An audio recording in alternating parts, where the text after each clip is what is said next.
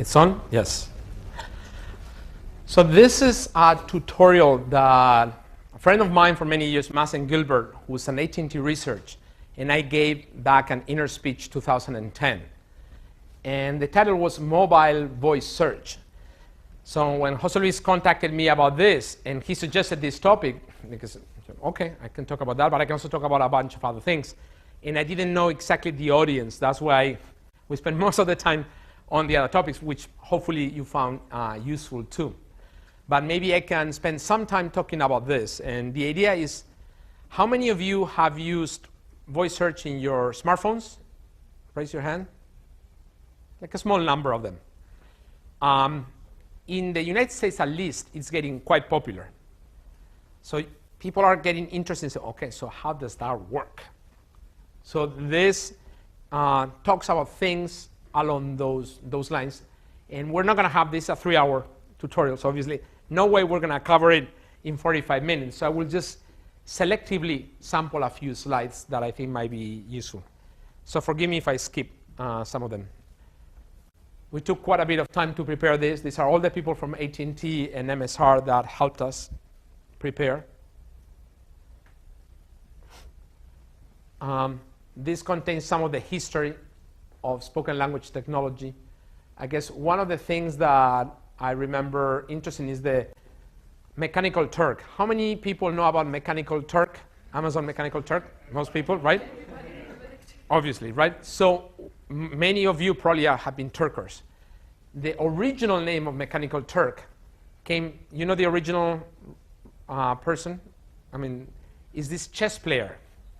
So this machine in the 1700s that you brought and said, well, this can play chess and beat you. And it's a machine that was winning. So, man, this guy is doing, they didn't even know what artificial intelligence was back then, okay? But it was artificial intelligence, except there was a little catch. It's a big box, and there was a little guy underneath that was moving the pieces, right? So that's Mechanical Turk. Because the reason why it was Turk is because it was making look like it was playing with a Turkish, playing with a turban. So it was like a Turk, but it was mechanical. But it's not really mechanical. Anyway, so there is like something similar with a speech synthesizer and lots of activities. I won't go into this. Let's see. Would you please make the voter safe for our Eastern listeners? Good evening, radio audience.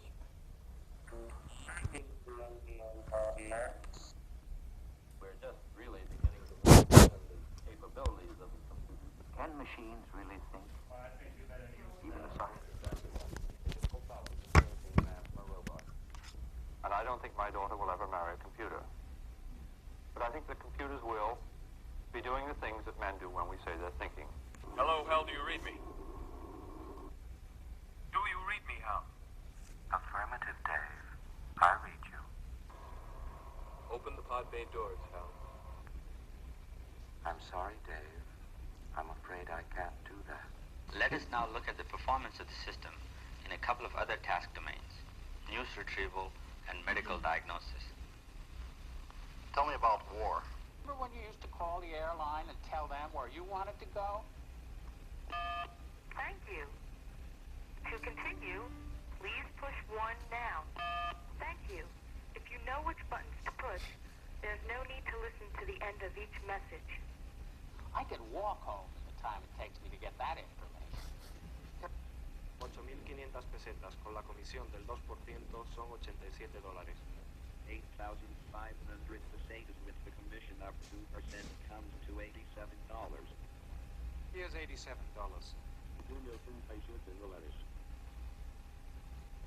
You have a lecture at 4:15 on deforestation in the Amazon rainforest. Right.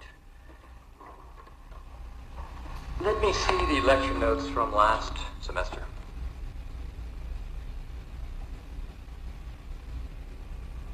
Good morning, America. And good morning, Joan.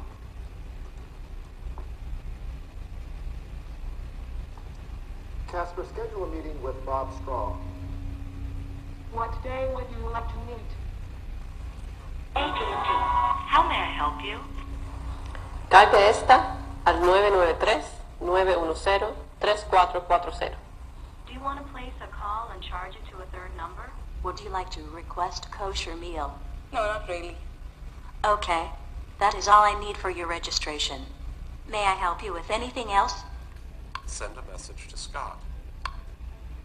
And a new email is created, ready for me to fill out and click send. Show West Village. I'm here. AC on. CD play, disc 4. Find nearest Chinese restaurant. Hello, and welcome to Movie Phone. If you know the name of the movie you'd like to see, press 1. Using your touch-tone keypad, please enter the first 3 letters of the movie title now.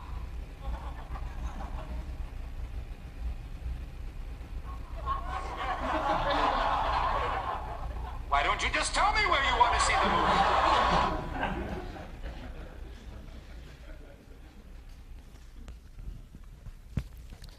This is where you want to have emotion recognition.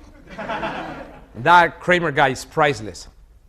I mean, that face, I mean, you have to be an actor, but it's like that's where everyone laughs. He didn't say anything, just because it's totally puzzles. Like, what the heck is going on? So there's where you want emotion recognition. So this is a whirlwind tour of the technology since back of 1939 in AT&T's demonstration in the World Fair in New York, where it was saying, "Good morning, radio audience," and the speech synthesizer. So it's changed a lot, obviously. Sometimes I tend to talk to my colleagues that think we improve 10% accuracy a year. Well, on a given year, the improvements are not that much. But if you put it in context here, we have made quite a bit of, the community has made a lot of progress in all these decades. So this is a little bit of historical perspective.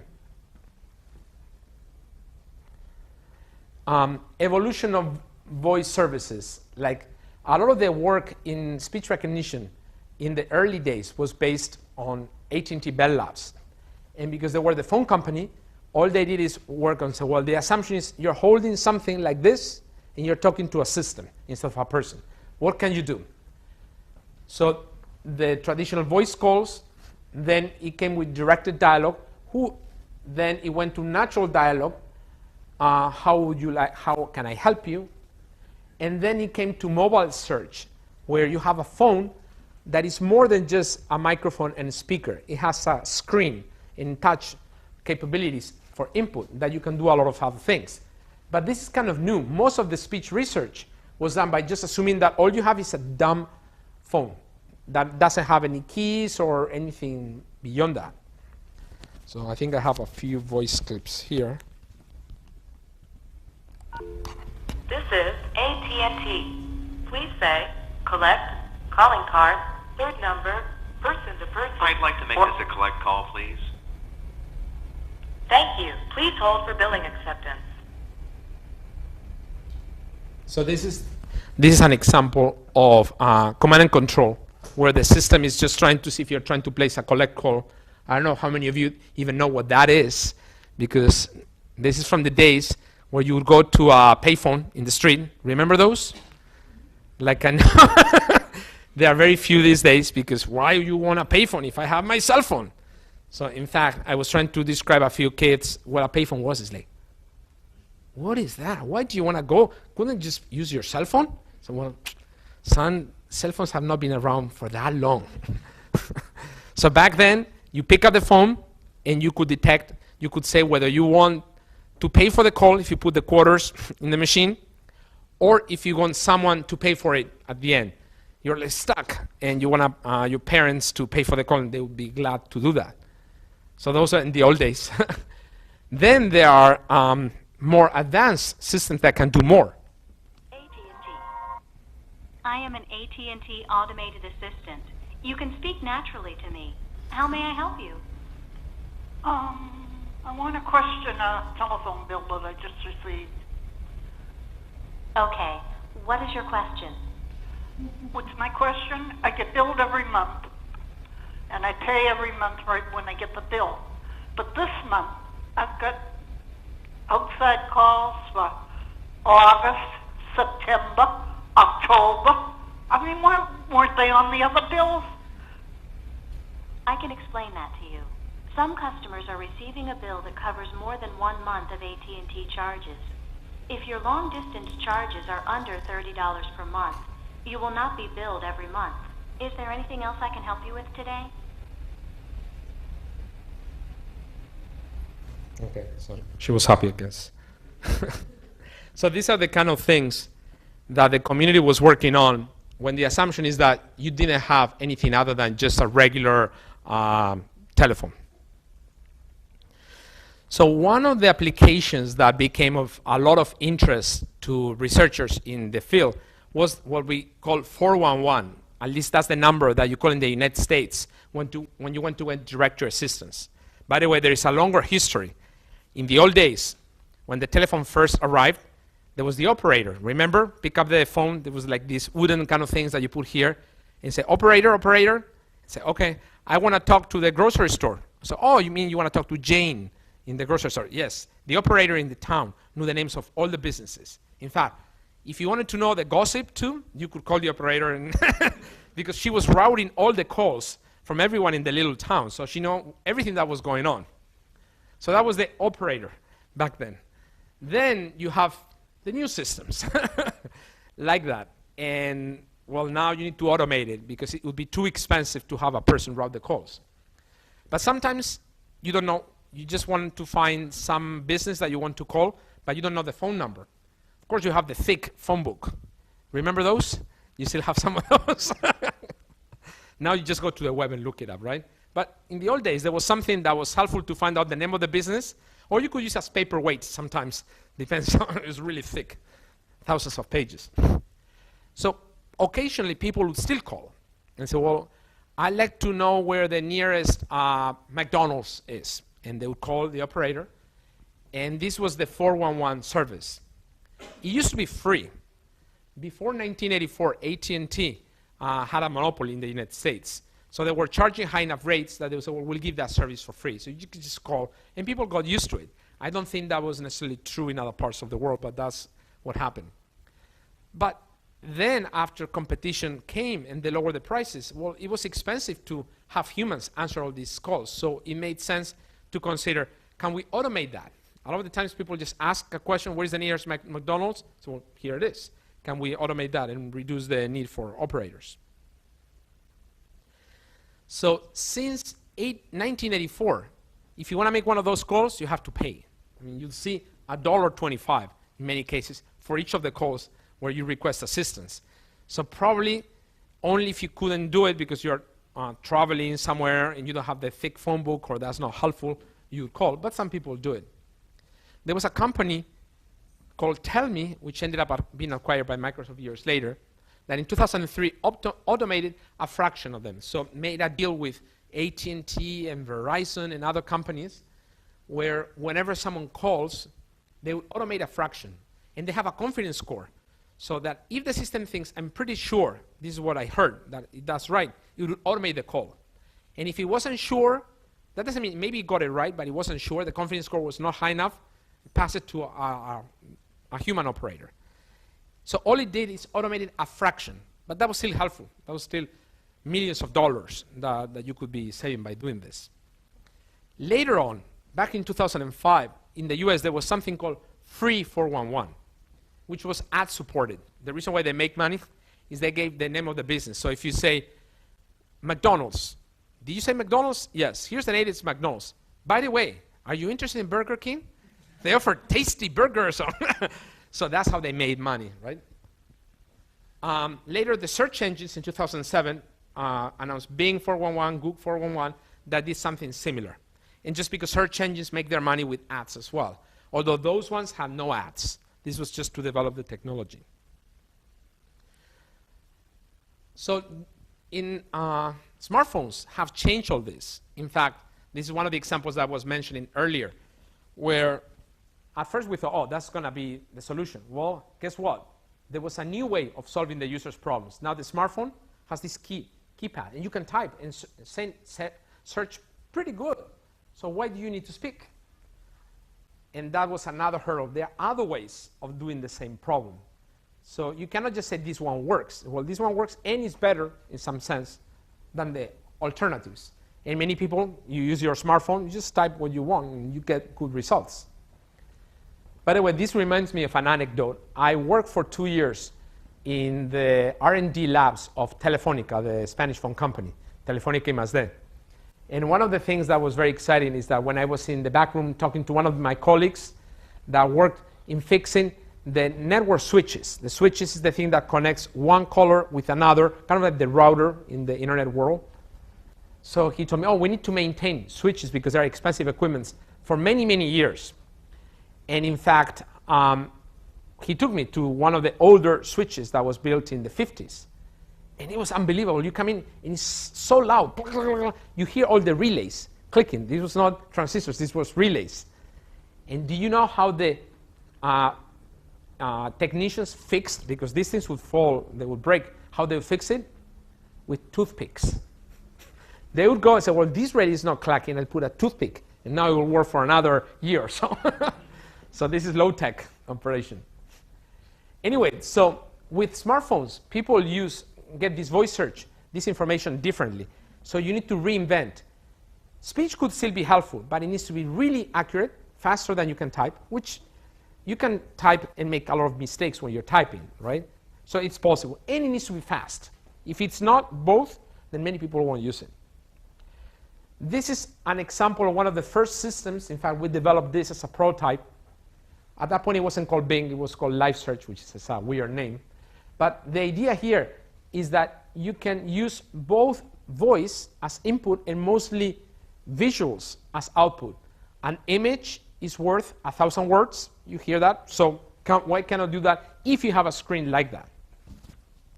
Hi, my name is Rob Chambers. I work here at Microsoft Corporation, and I'm excited to show you a new feature of the Live Search for Windows mobile application.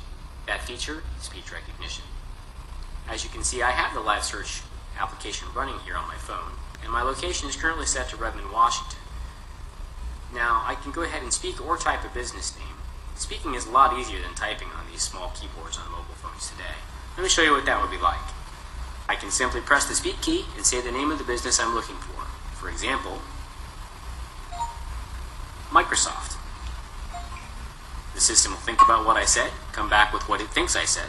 There it is on the screen, Microsoft. It got it 100% right. I'll go ahead and select that item, and you'll see the business search results right there on the screen.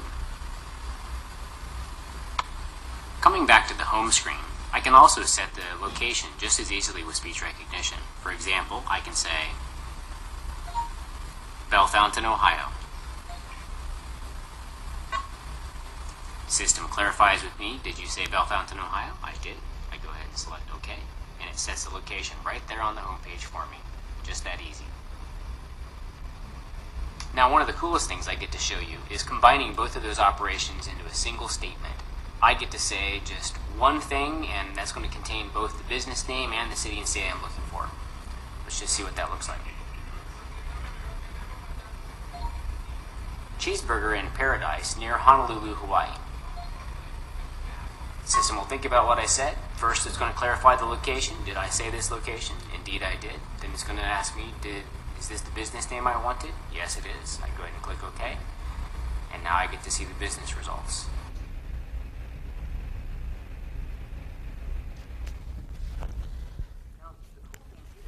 In one statement, the user will get to say anything that they want for any business anywhere in the United States in a single statement.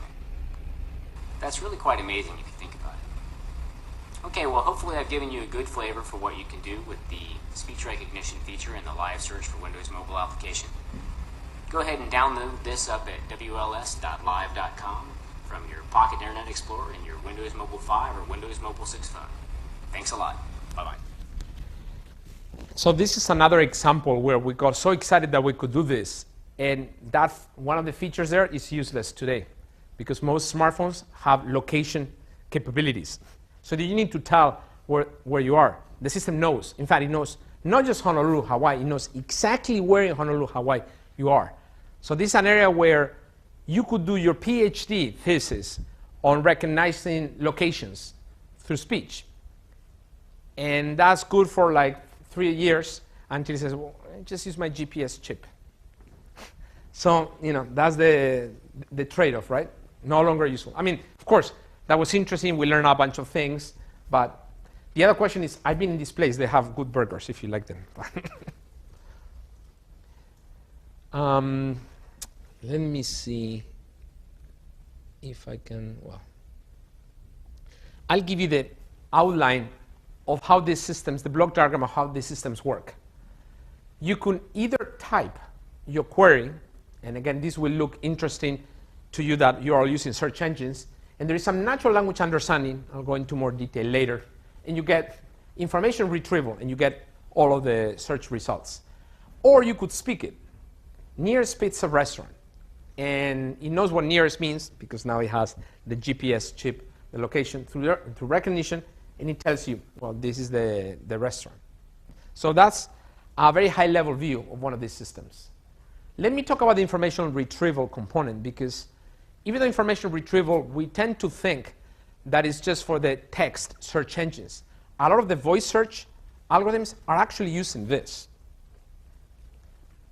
This is what you get if you type, say, search engines. This is what you get in Google. You get something similar in Bing. And how does this work? Well, you have the web index. So a crawler has gone through all of the websites, they're just jumping from one to the other, and he gets all the pages. Actually, not all of them, but a lot of them. It's like billions and billions, 100, a trillion pages. And then there's a search engine that, if you think about it, is striking. It has to see, let me take this query and look in all the 100 billion web pages that the web has, and I'll tell you, first of all, where this text appears, number one. Second, of the many, many pages that will contain those two words, which are the most interesting to you? That's a pretty tricky problem.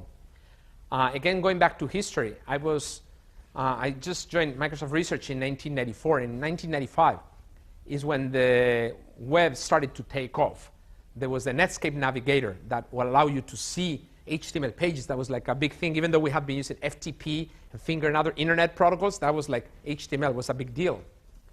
And the next thing is like, wow, but even the web was a lot smaller back then. It was already hard to keep track of what was going on. And one day, one guy comes, come here, let me show you this thing, search engine. So, what do you mean search engine? And I saw a demo of Alta Vista. And I don't know if you know even what Alta Vista is, but it was the first commercially available search engine. It was built by DEC, Digital Equipment Corporation. Essentially, the problem, once you think about it, it's very interesting mathematically, but it was daunting. Now, how can you search that many web pages in milliseconds? The approach is what they call the 10 blue links. You find the URL, the web page, that contains that, and you rank them somehow. So a lot of these technologies are based on something called TF-IDF. So let me explain what TF means and IDF briefly, and you will see why this is useful not just for text, but also for speech. TF starts for term frequency, and essentially measures the relative frequency of a term. They use the word term, but it's actually like a word. Term I in document J. So let's say that my corpora, is just to make it simple, contains only 3 web pages. Very simple web, okay? And this is my document, or my documents. And this is, each web page is very small, just one sentence. This is, again, toy example. How will we do the term frequency? So here we see, for document 1, we have 5 terms. The word information, retrieval, is, good, powerful. These are all the words that are present in all the documents. So I have my vocabulary list.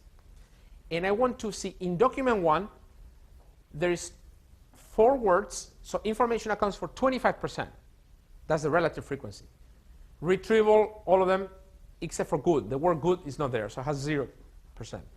In document 2, there are 3 words, so you'll see thirds. And the word retrieval is not there, so it has 0. And the word powerful is not there. But the other ones, information is good. They have, this is the relative, the term frequency.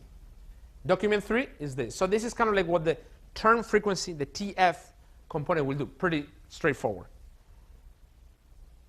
Now we have IDF. We said TF is term frequency, IDF is inverse document frequency. And essentially it's a hack. The first time I heard this, I like all these principal algorithms, I was totally disgusted because this is a hack. Inverse document frequency, not quite. It's a heuristic that tells me how discriminative each term is. For example, the way it's computed is this is one of the possible implementations. M is the total number of documents, and MI is the number of documents that contain that term. So in this case, these are all the terms, and we see the IDF component for information is the number of documents is 3, and the number of documents that contain 2, 1, 3, 2, and 2. So what this tells you here is the word retrieval, the term retrieval, has the highest IDF of all of them. Meaning, if I know that keyword, it's going to be the most helpful in discriminating which document it is, because it only happens in one of them. If you use the word is, that word has no value at all, because it happens in all 3 documents, so it doesn't help me figure out which document it is. It doesn't have any discriminating power. So the IDF term is 0. And all the other words, information, good and powerful, they're equally helpful in discriminating. There are 2. It will help you get rid of one of them, but there are still 2 that you don't know.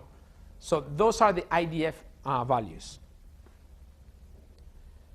So TF IDF, what you do is multiply the TF component by the IDF component, and you get a matrix that looks like that. So this is a baby example, but in fact, that's how the traditional baseline search engine works.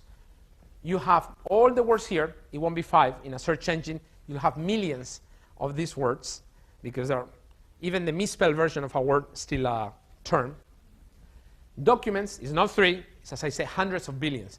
So you have a huge, huge, huge matrix. And you need to pre-compute it and store it. So, of course, there is the issue of how do you store a matrix that gigantic. And the answer is not stored. Most of the items are 0. So you don't store it with things that are mostly 0 because it's very sparse. So there are other mechanisms and tricks to store a very sparse matrix, mostly as a linked list. You sort this from the biggest to the smallest, and you store it as a list. And that's much more economical. Still, you need to have many machines to host it. And it's sorted by their TF-IDF scores. So the key here, why is it so fast? Because it's doing an inverted index. Meaning, if you type the word information, I go here and retrieve this row that is sorted. So it tells me that document 2 is the most likely one based on the TF-IDF value. So this will appear first, and this will appear second. That's how you re-rank. And because this is just a table lookup, it's very fast. So you do the inverted index, basically. If you type 2 words like this, it just adds the scores. I mean, it needs to merge, let's say, information retrieval. It will merge this list with this list. So you need to add these 2. And in this case, this D1, that was, if you only use the word information, it will be rank number 2. Because you have this one, it will be ranked number 1. So you flip the ranking. This is another way of saying the inverted index. You search for the terms. You've pre-computed this ahead of time, and now you can very quickly. That's why you can search billions and billions of web pages in milliseconds, because you do this inverted trick. Otherwise, if you were to do a linear search, forget it, right? So for those of you that are familiar with databases, this is kind of like a hash in a sense. So document retrieval, what people tend to do is the cosine similarity. Maybe you have heard about this cosine similarity. Is developing the query and the document as vectors, and you find the angle, which is the dot products in the Euclidean space, and that's how you compute it. One important contribution to addition to the basic algorithm that I described was developed by Larry Page, one of the founders of Google, in 1998. And it's called the PageRank algorithm. By the way, this page is not like the guy was just wanted to put his name in the algorithm. He was referring to web page, okay? It's just a coincidence. That's what he claims. The basic idea is that the importance of a page, so some pages are more important than others. So even if two words match equally well, some pages should be ranked higher because they are more important. Why is it a page more important than others? Well, one way to do that is if many pages point to that page, linked to that page, that's a feature that indicates that that page is more important. And this is what the page rank algorithm is doing. It's finding the solution to an eigenvalue problem. You have this big matrix, you invert it, and that can tell you if many pages are pointing to this one, this is more important, and it will get ranked higher. That's the basic idea. Okay, so I'm going to skip this and look at. So why is this useful? So let me show you a video. This is how a lot of voice search systems work. You have the waveform, you go through a recognizer, and it generates some text. And that text goes through a search engine. That's why you need to use something like TF-IDF. You could use a decouple approach, where you just send to the text search engine and see what happens. And in some cases, that's what the systems today do. But if you know how this works, you may be able to do a better end-to-end optimization. That's why I mentioned a little bit about TF-IDF. This is a case where you're not using the technology for searching businesses, but rather for doing something very different.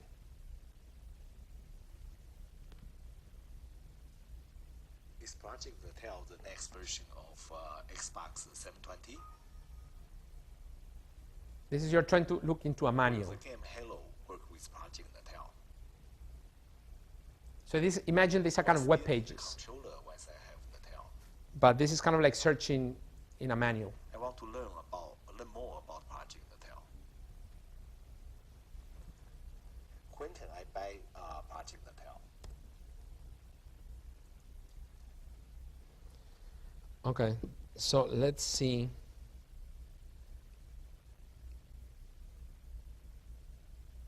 What else I could tell you. I will show you some of the demos, which I think you may find some more interesting.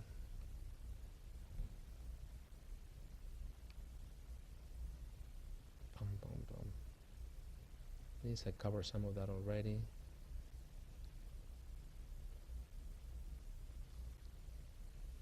Okay.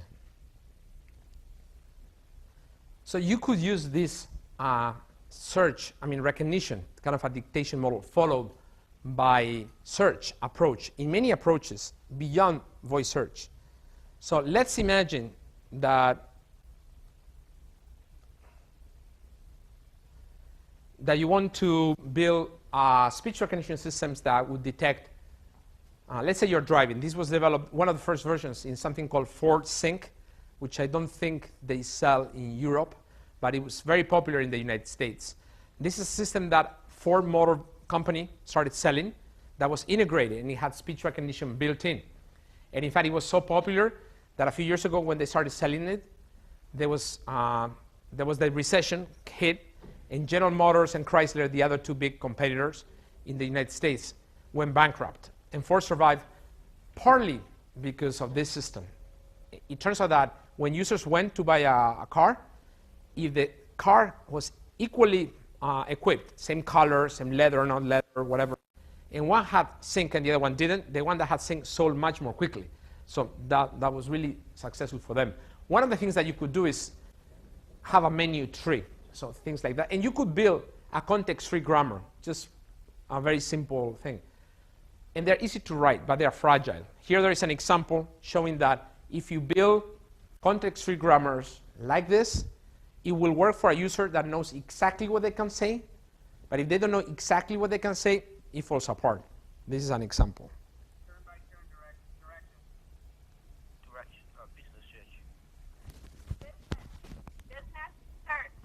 Oh, let me play that again, I don't think. Turn-by-turn direction. Business search. Business search.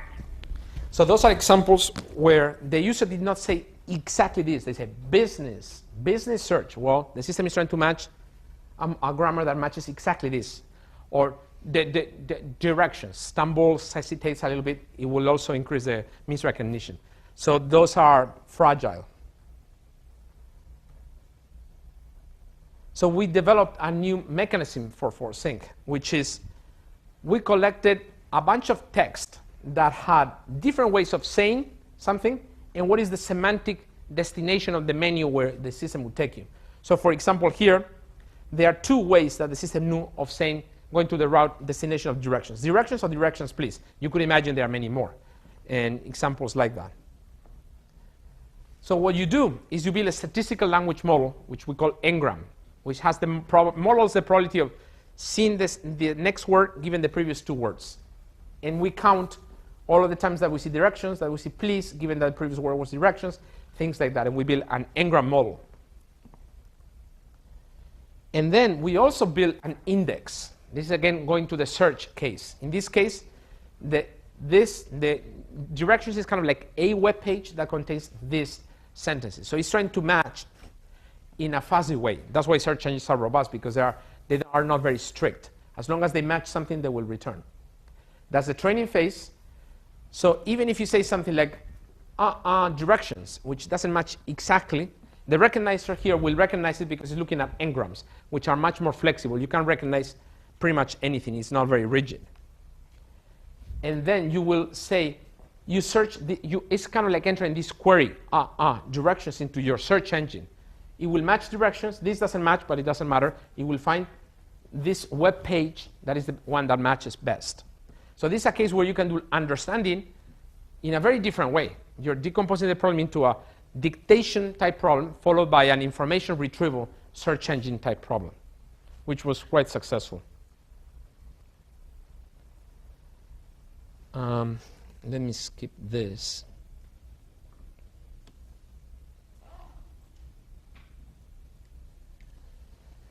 So one of the things in building dialogue systems like that is you want to be less rigid. You don't want the user to be following directions of the machine. Nowadays, it's kind of like a robot. You want the user to say, well, how can I help you? And you just say whatever you want. This is called user initiative dialogues. If you can do it, it results in a shorter call. How many of you remember calling to a system and being in a voice menu hell, where it takes you forever until you get to the destination? I mean, it's kind of painful. Much better to say, well, this is what I want. You just say what you want quickly, and the system routes you to the right place. More natural, and it's particularly useful when you have many choices. And more of the technology is moving in that direction. The problem is that the first systems, a lot of the work in the first systems was done at AT&T back in 1990s, 2000, requires lots of PhD. So what happened is that you could build it, but it was so expensive to build that you were not saving any money with the operators. Who do you pay, the operators or the PhDs? You know, that's the only question. And it could lead to user frustration, because sometimes the system appears more human than it really is. This is an example, pretty funny example of a case where frustration, for those interested in emotion detection, kicks in. I am an AT&T automated assistant. You can speak naturally to me. How may I help you? I need help from a human being. I can't talk to a recording. This sucks. Give me a human being. You can go ahead and speak naturally to me. I can understand your speech and help you get the service that you need. Just briefly tell me how I may help you. Months ago, I called up and supposed to have gotten a service where I get 7 cents a minute. Well, I haven't got 7 cents a minute yet. They keep charging me 10 cents a minute. I want to talk to a human being and get this cleared up. I don't want to talk to a recording, because a recording can't think for itself. I kind of doubt if a human being can, because they don't answer no more. I can help you with that. Are you calling from your home phone? Yes, I am. I'm accessing your account. Please hold while I transfer your call. So you can detect some frustration there. Not sure how you handle the call differently, but and that's because these systems are meant to be more intelligent, more human-like, but they are not quite there yet, right?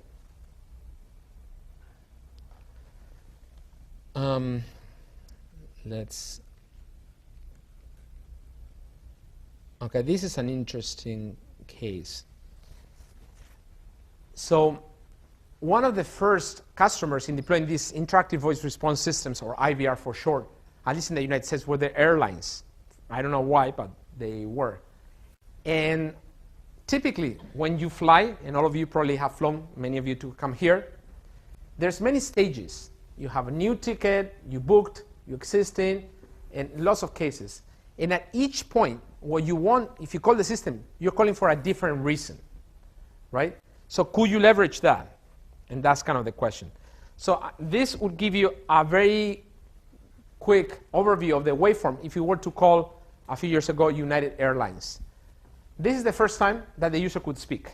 So the first minute is like the user listening to a pre-recorded prompt that United Airlines had said, which includes things that will be familiar to you, such as, please listen carefully, our menu options have changed. Well, I mean, yeah, it happens every time I call, so why do you need to tell me? You know, it just consumes 5 more seconds.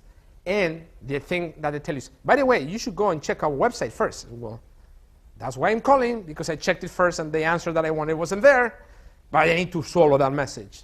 Then followed by fly the friendly skies, all their marketing. It's like, oh, just let me tell you what my problem is. It's like, I will spare you playing this back, but it's painful. So that's what a lot of customers hated, right? Northwest Airlines was shorter, still a long time. And then American Airlines was developed by Tell Me. And they did something interesting, and I will first play the prompt to you to see why it looked more intelligent. Oops.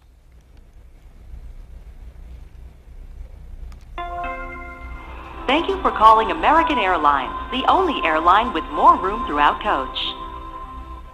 We're glad you called. Our records show you on a 2:30 p.m. flight out of Washington Dulles today, but that flight has been delayed 2 hours because of heavy rain in the D.C. area.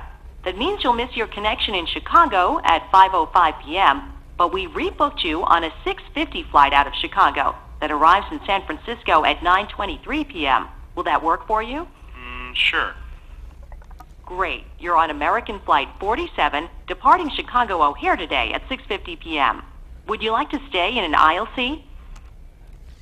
So this is one example where not only is it better than all of these systems, it's actually better than many human operators. And why is that? Because this uses not just speech as an independent component. It uses a lot more knowledge. It's a lot smarter. Like if you call a random call center, they don't know you. They have no idea who you are, what you've done, have nothing. And you need to spend, even if you don't have to listen, you still need to listen to the marketing lingo. They couldn't get with the marketing guys even here. But even if you listen to all this with a person, it will take a long time for that person, the operator, to ask you all of the details about who you are and why you're calling before they can help you. But in this case, they integrated with the rest of the system.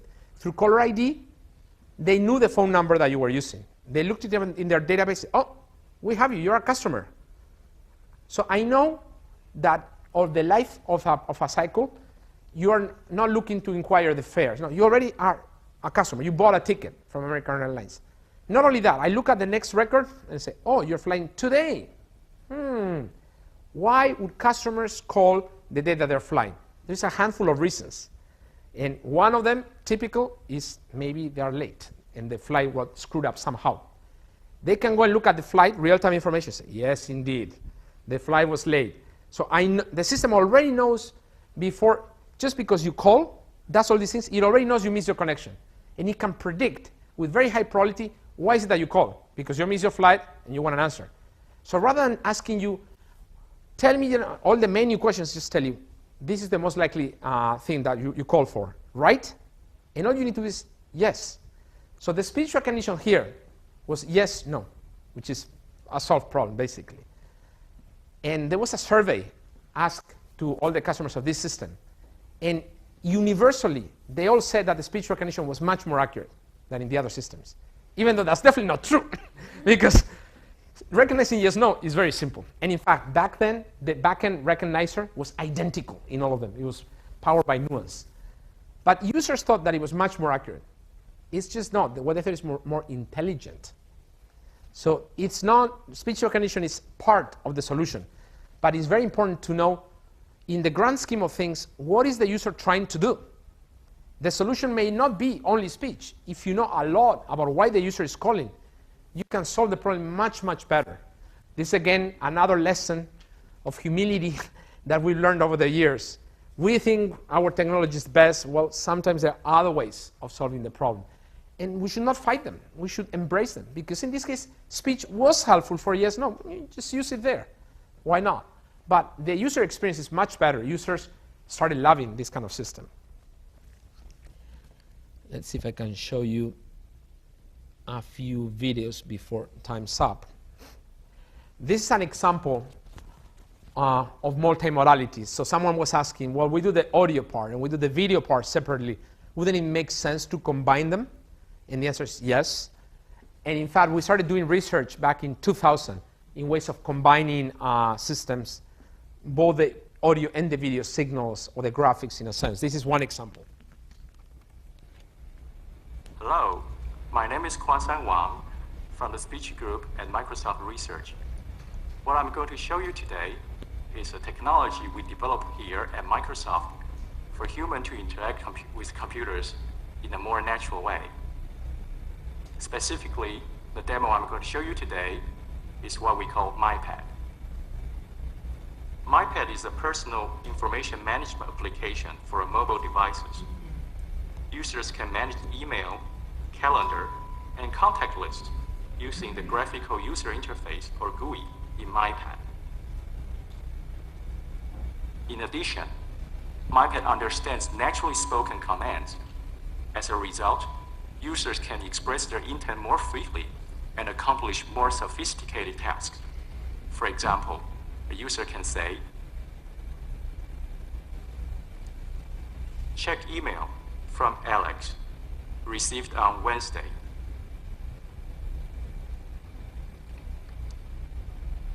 As you can see, as soon as I speak, MyPad recognizes my intent and immediately takes appropriate actions. In this example, MyPad highlights the email items that match the search query that I wanted to look for.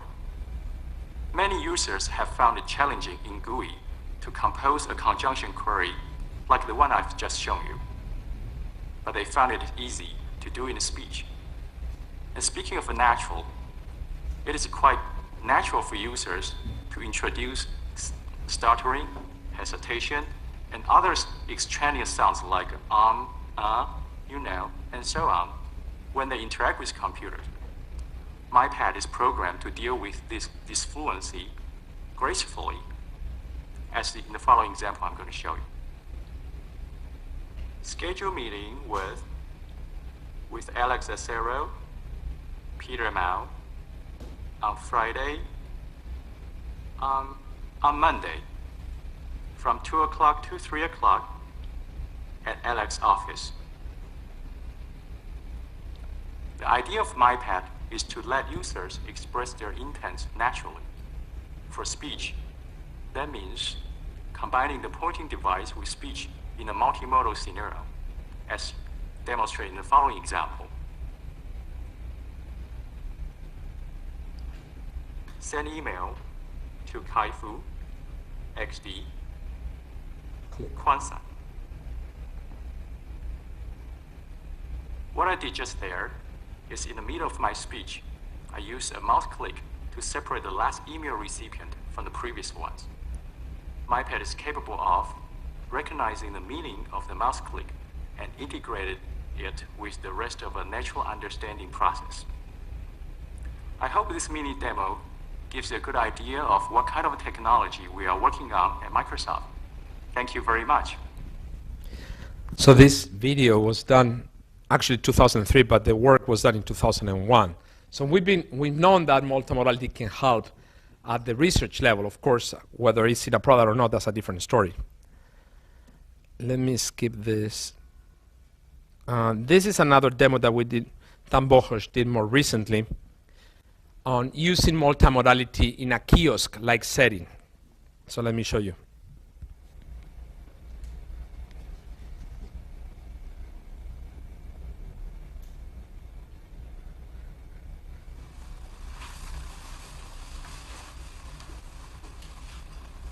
Hi. Thanks for coming to the triage kiosk. I'm in touch with the best doctors in the world. Are you here for your child or yourself? No, for my child. So you recognize that there are two So people. how can I help you? He's been having diarrhea. Oh no. Sorry to hear that. Hi there. She's looking at him. And how old are you? 5. So, 5 years old, right? Look at, this is what the system sees. The two faces. Okay. And it's tracking. Have you felt nauseous? I don't know. I'm sorry. Has your child been vomiting at all? No. Okay. So let's see. Has there been a fever? Slight. Have you been feeling tired lately? Yes. Let's see. How about abdominal pains? He's not been complaining about. Has your tummy been hurting? Yes. Oh, I'm really sorry. I hope it will feel better soon. Okay. Do you happen to know if your child has been losing weight? No. That's okay. Have you noticed whether your child's food looks funny? Is it black or darker than usual? It is darker than usual. Okay. Let's see. Considering everything you told me, I'd like to schedule an appointment with the doctor, just to be sure. However, not to worry, I'm not that concerned at this point. Can you bring your child to see the doctor this Friday at 10 a.m.? Yes. Great. Hope you'll feel better. And we'll see you then. Yeah. Bye-bye. Bye, thank you. So this was motivated by the fact that especially in rural villages in India, they don't have enough health care. So it would be nice if they could build something like that.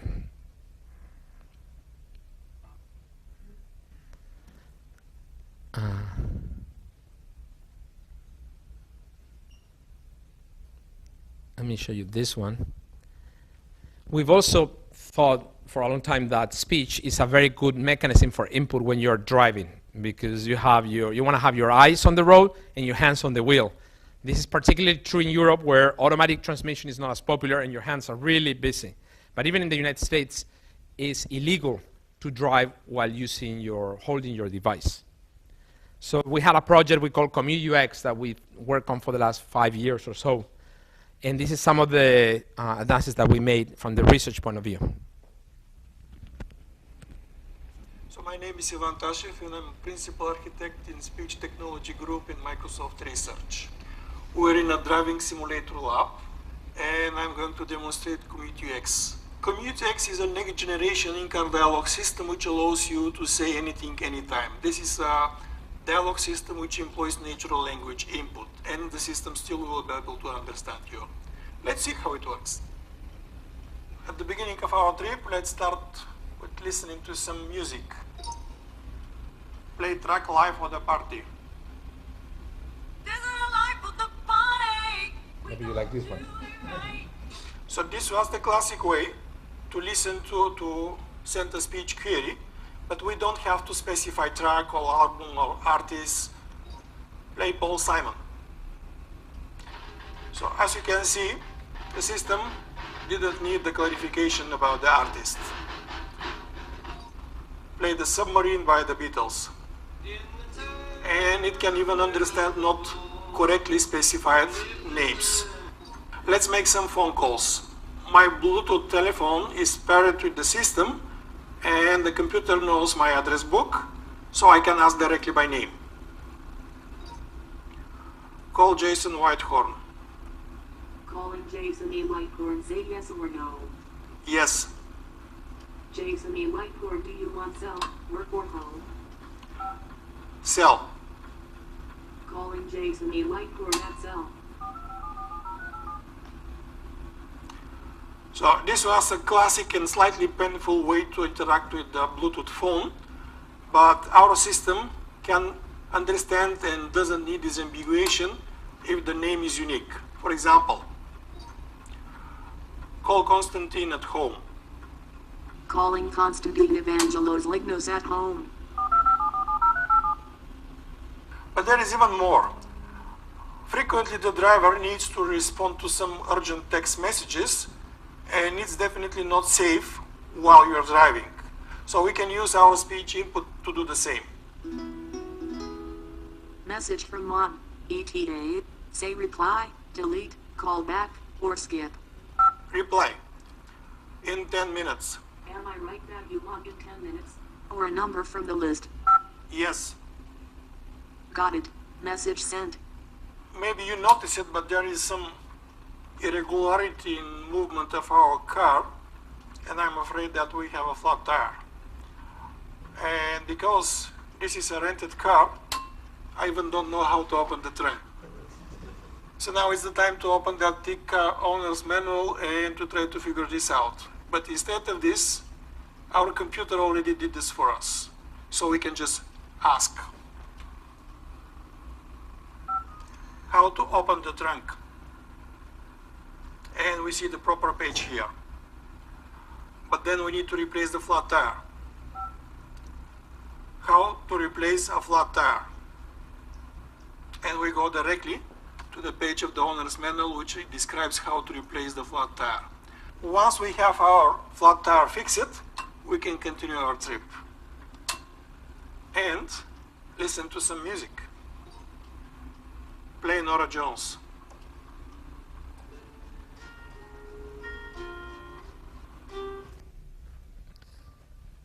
So we have this driving simulator, and by the way, it's very fun to use experiments. One of the things that we measure is how often the driver crosses the middle line. That is a symptom of like the level of engagement that you need from a driver. You don't want that to happen, right? So if you have to look at a touch screen, that happens all the time. And by the way, a lot of the companies that sell these driving simulators, they use it to determine driver fatigue, to determine whether you've drunk a little bit too much, these kind of things, right? But it's a very interesting research area as well. This is a prototype that one of the researchers in the team built to say, well, how can you combine speech and natural language with math? We know that from early this morning, some of our high school students, for instance, are not necessarily that bright. Wouldn't it be nice to help them with some technology? So let me show you. So she's typing down there an equation, and it comes in pretty print form up there. So now she's describing in words what she wants. Take the log of 1. Wow, that happens. Or the base 2 log of 1. So the system knows. Take the natural log of equation 1. Or you can speak.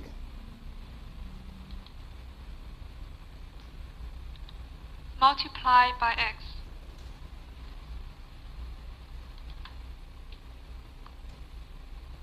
Raised to the power of 5.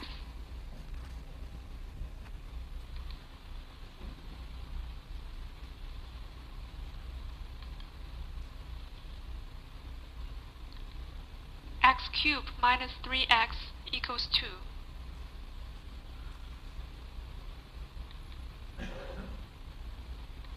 Move 3x to the right side of equation 1.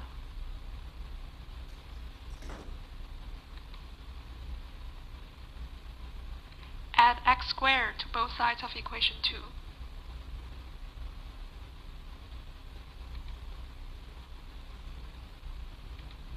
Factorize the left side.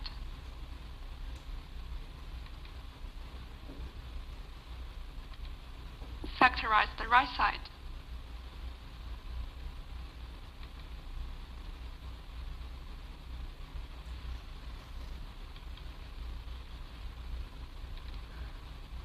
X plus 3y equal to 1.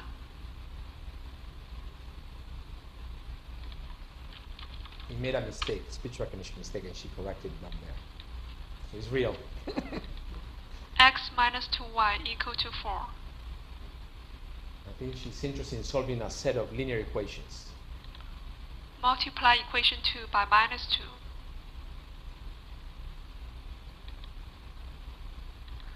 Add equation 1 and equation 3.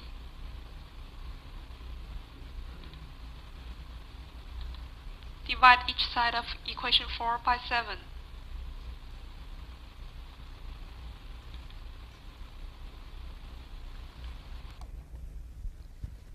So whenever I show this, a lot of the people that ask me questions say, when can I have that? This was just a prototype. We were experimenting not just in recognizing the words, but doing the understanding. And oftentimes when students do math problems, for instance, it's not just equation after equation. they typically add some words. Like now they take the logarithm or factorize this. So you could use this not just for commanding the system, but to see if what they said and they do is actually consistent. Maybe you can detect that way where they made a mistake. We had interest in education for quite some time. This is some prototype that we did back in 2007 to help students to learn how to read. So one of the things about reading is, well, the more you read, the better you will get at reading. How can we get more reading? Well, typically it's mom or dad helping. Come here, Joe, and read some more. Could you have a machine do something similar? Time on task. So how about a game? I mean, if you build like a little game, maybe we can do that. So this demo addresses this.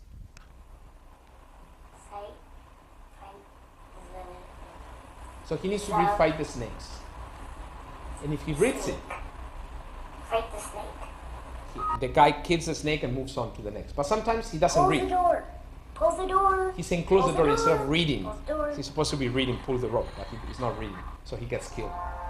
This character gets killed. I said close the door. Well, next time read. Fight the snake. Now he's getting better. Pull the rope. Pull the rope. Ooh, saved by Would you like to play that game at home? Sure. Yeah, I love it.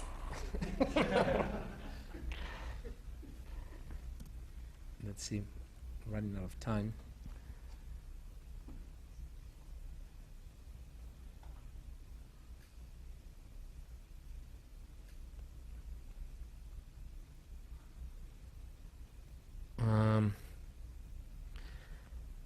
Okay, so I think this is probably a good time to conclude. We're already over time.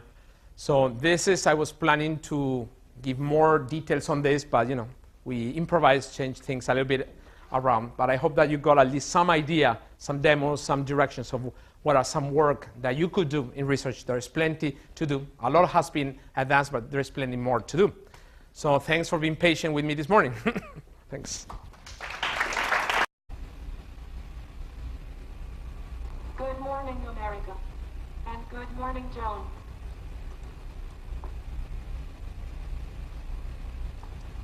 Casper, schedule a meeting with Bob Strong. What day would you like to meet? AT&T, how may I help you? Cargue esta al 993-910-3440. Do you want to place a call and charge it to a third number? Would you like to request a kosher meal? No, not really. Okay, that is all I need for your registration. May I help you with anything else? Send a message to Scott. And a new email is created, ready for me to fill out and click send. Show West Village. I'm here. AC on. CD play, disc 4. Find nearest Chinese restaurant. Hello, and welcome to Movie Pub. If you know the name of the movie you'd like to see, press 1. Using your touch-tone keypad, please enter the first 3 letters of the movie title now.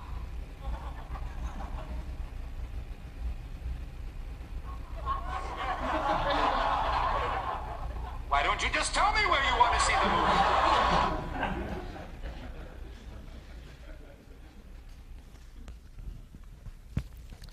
This is where you want to have emotion recognition. That Kramer guy is priceless. I mean, that face, I mean, you have to be an actor, but it's like that's where everyone laughs. He didn't say anything, just because it's totally puzzles there. What the heck is going on? So there's where you want emotion recognition. So this is a whirlwind tour of the technology since back of 1939 in AT&T's demonstration in the World Fair in New York, where it was saying, "Good morning, radio audience," and you know the speech synthesizer. So it's changed a lot, obviously. Sometimes I tend to talk to my colleagues that think we improved 10% accuracy a year. Well, on a given year, the improvements are not that much. But if you put it in context here, you know, we have made quite a bit of, the community has made a lot of progress in all these decades. So This is a little bit of historical perspective. Evolution of voice services. Like a lot of the work in speech recognition in the early days was based on AT&T Bell Labs. And because they were the phone company, all they did is work on, so well, the assumption is you're holding something like this and you're talking to a system instead of a person. What can you do? So the traditional voice calls, then it came with directed dialogue, then it went to natural dialogue. How would you like, how can I help you? And then it came to mobile search, where you have a phone that is more than just a microphone and a speaker. It has a screen and touch capabilities for input that you can do a lot of other things. But this is kind of new. Most of the speech research was done by just assuming that all you have is a dumb phone that doesn't have any keys or anything beyond that. So I think I have a few voice clips here. This is AT&T. Please say, collect, calling card, third number, person to person. I'd like to make this a collect call, please. Thank you. Please hold for billing acceptance.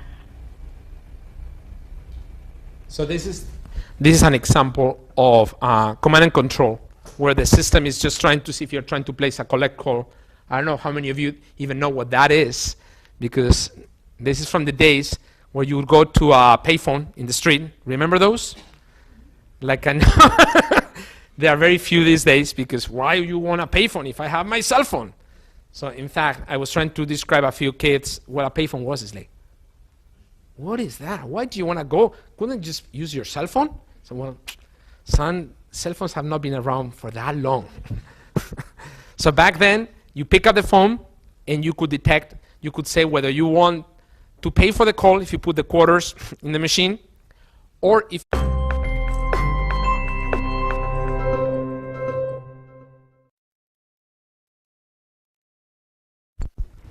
it's on? Yes.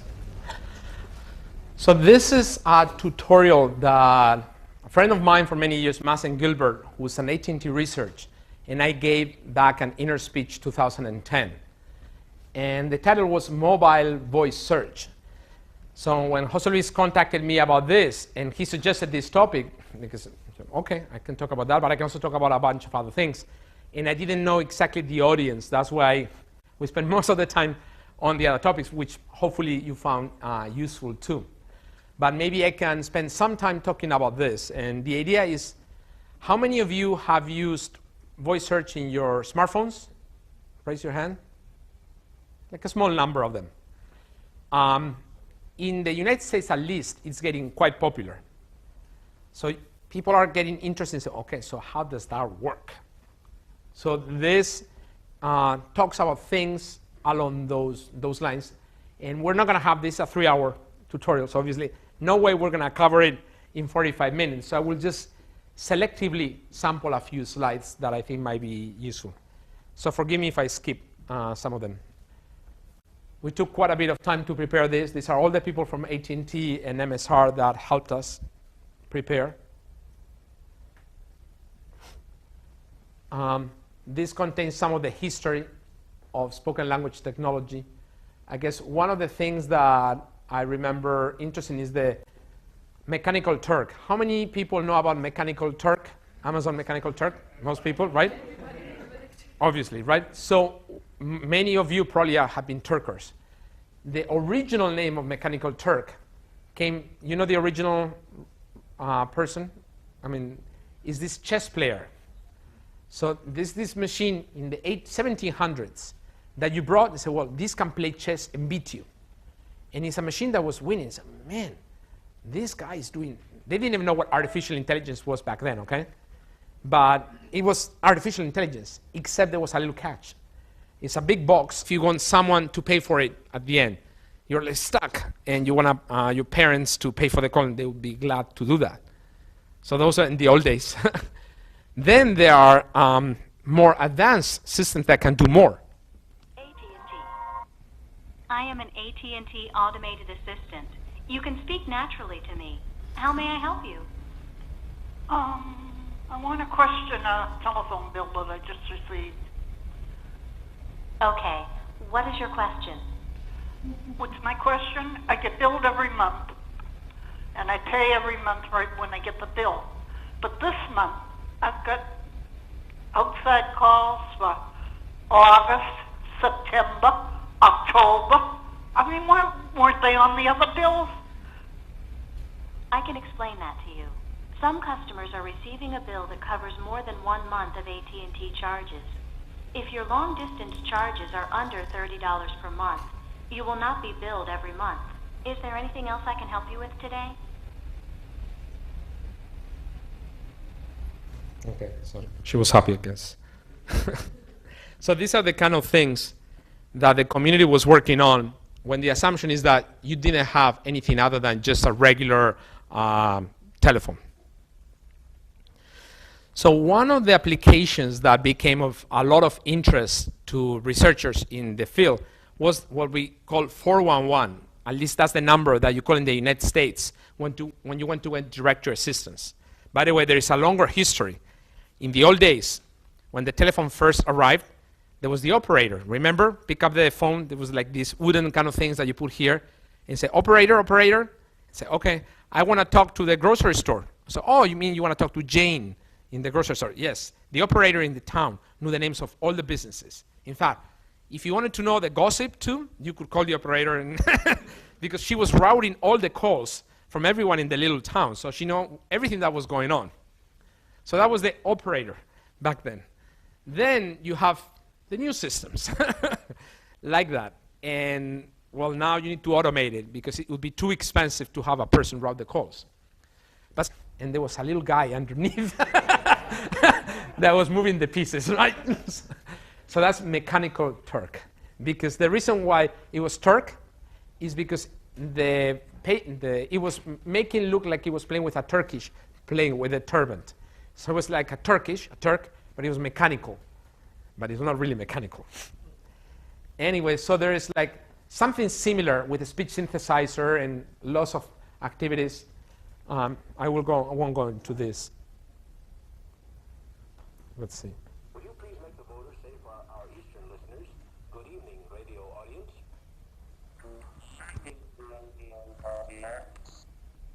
We're just really beginning to understand the capabilities of the computer. Can machines really think? Even a scientist.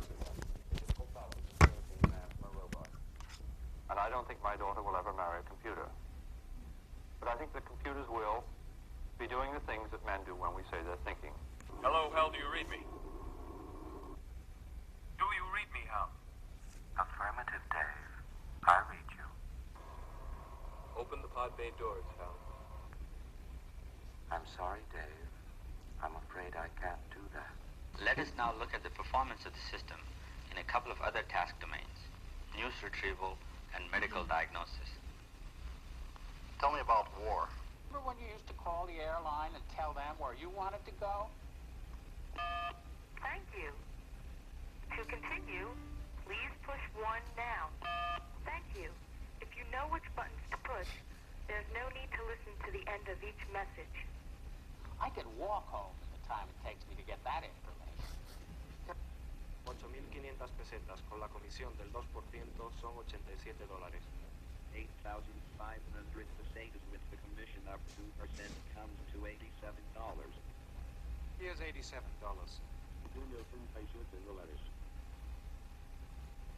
You have a lecture at 4:15 on deforestation in the Amazon rainforest. Right. Let me see the lecture notes from last semester.